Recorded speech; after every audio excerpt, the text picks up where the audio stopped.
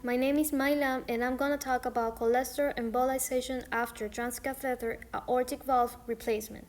First, the definition. Cholesterol embolism syndrome should be suspected in a patient who develops worsening renal function, hypertension, distal ischemia, or acute multisystem dysfunction after an invasive arterial procedure. Cholesterol embolism is a disease of persons ranging from middle-aged to elderly, with a minimum age of 50 years. The risk is greater for men than it is for women. Patients with multisystem cholesterol embolism syndrome have poor prognosis.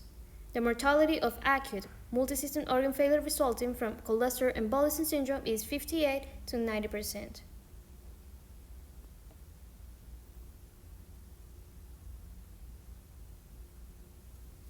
Cholesterol is a type of fat that is either produced by the liver or consumed through your diet. Cholesterol enters the bloodstream via cells in the liver. If there is too much cholesterol in the bloodstream, it can contribute to the buildup of fatty atherosclerotic plaques in the artery walls.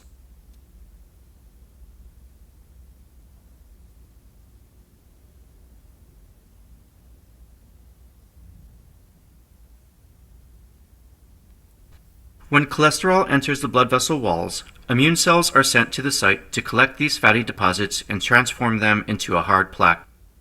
This causes the walls to thicken, meaning less blood can flow through them at a time. Atherosclerotic plaques can rupture and form blood clots within the arteries, causing a complete block of the artery.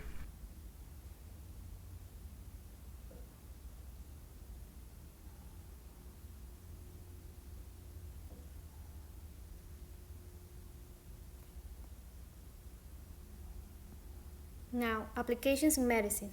A 79-year-old man with a history of ischemic cardiomyopathy and had chronic kidney disease, and he had undergone transcatheter aortic valve replacement 1 month earlier. Physical examination showed cyanosis of both feet. Additional skin examination showed no live-dew reticularis, and eye examination showed no Hollenhurst plaques.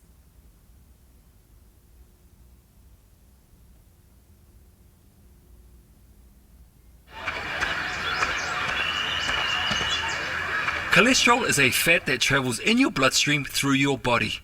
Your cells use cholesterol as a building material.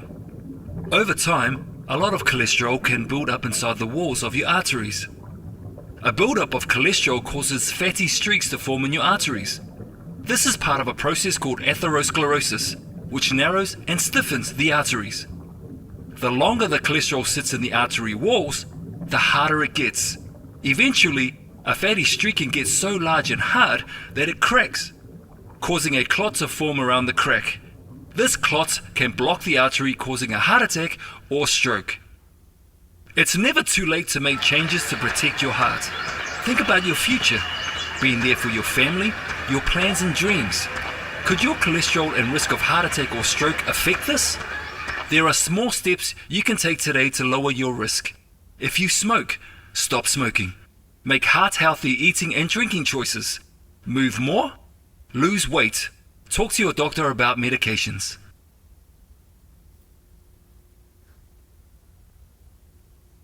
Pros and cons. First, the pros. Detecting this pathology in time will allow the correct medical intervention. Reduce the initial worrisome higher complications rate associated. This technique was already worldwide adopted for inoperable and high-risk patients. Cons. Not detecting this pathology in time can cause end organ damage by mechanical plugging and an inflammatory request. The initial cost of the procedure is high. Many answers need to be addressed before adopted in lower-risk patients.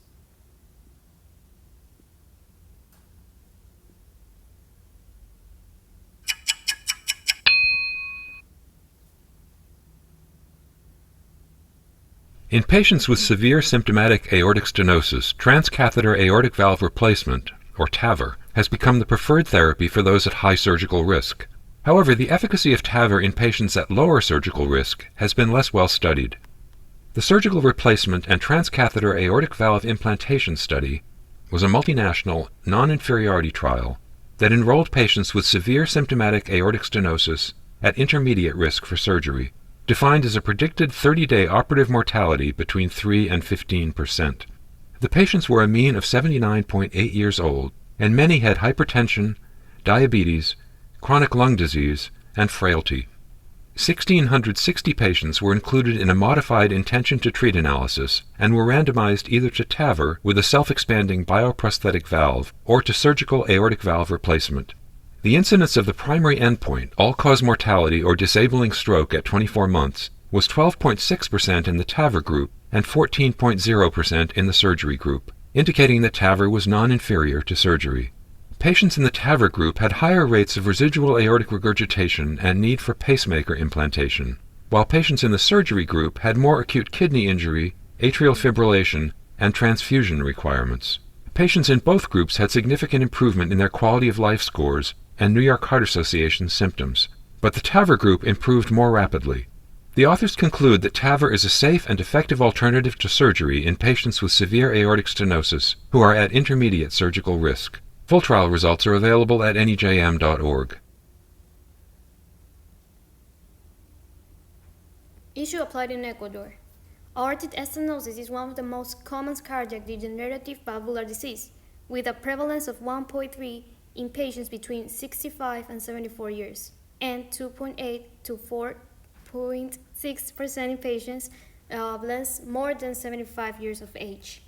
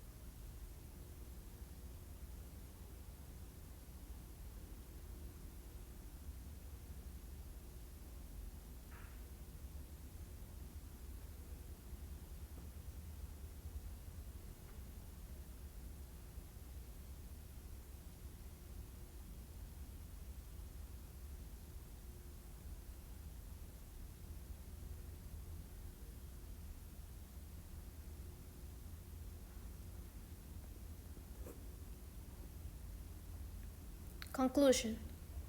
In conclusion, a renal biopsy performed during the current admission revealed multiple needle-shaped shafts in the arteries and glomerulus, which confirmed the embolization of the cholesterol crystals.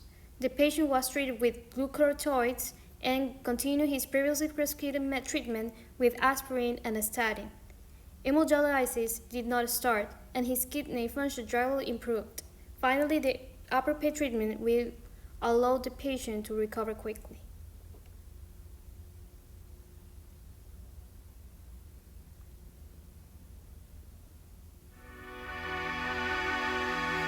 My cardiologist checks me out, and there was, these things don't get better. You should really go see someone.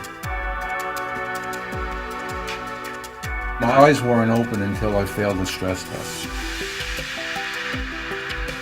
So in the past, when patients needed valve procedures, they would need to undergo open heart surgery. Now we can replace the aortic valve with the patient being mildly sedated. The procedure is extremely quick, and the patients are able to walk 2 to 3 hours after the procedure and leave the hospital the next day. The most amazing part was when the operation was over and they finally said, time to get up and walk. I said, if I wasn't in this hospital right now, I would never know that I had an operation. Thank you.